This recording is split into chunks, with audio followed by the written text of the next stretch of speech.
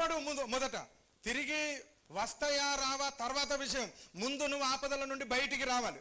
ఏమండి, ముందు బాయిలో పడ్డని బయటికి తీద్దామా, లేకపోతే అరే నువ్వు నిన్ను తీస్తా కానీ ఆడు మునుగుతూనే ఉంటాడు బుడుగు నన్ను ఈత రాదు, అరే ఆడు బుడుగు తేలిన తర్వాత అరే నా పైసలు అయితే ఇస్తావురా తిత్తపై ఆడు మళ్ళా మునుగుతాడు, ఆడు మళ్ళా లేసరికి అరే పైసలు ఇస్తావురా ఇలా అనేసరికి వాడు గుసుకుతాడు. అట్లనే ముందు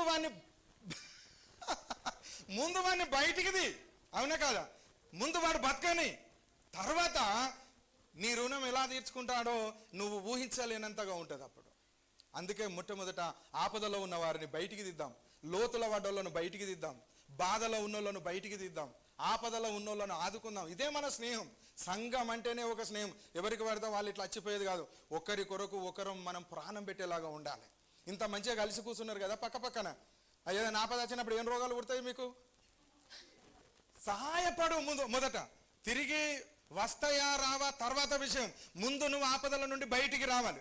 ఏమండి, ముందు బాయిలో పడ్డని బయటికి తీద్దామా, లేకపోతే అరే నువ్వు నిన్ను తీస్తా కానీ ఆడు మునుగుతూనే ఉంటాడు బుడుగు నన్ను ఈత రాదు, అరే ఆడు బుడుగు తేలిన తర్వాత అరే నా పైసలు అయితే ఇస్తావురా తిత్తపై ఆడు మళ్ళా మునుగుతాడు, ఆడు మళ్ళా లేసరికి అరే పైసలు ఇస్తావురా ఇలా అనేసరికి వాడు గుసుకుతాడు. అట్లనే ముందు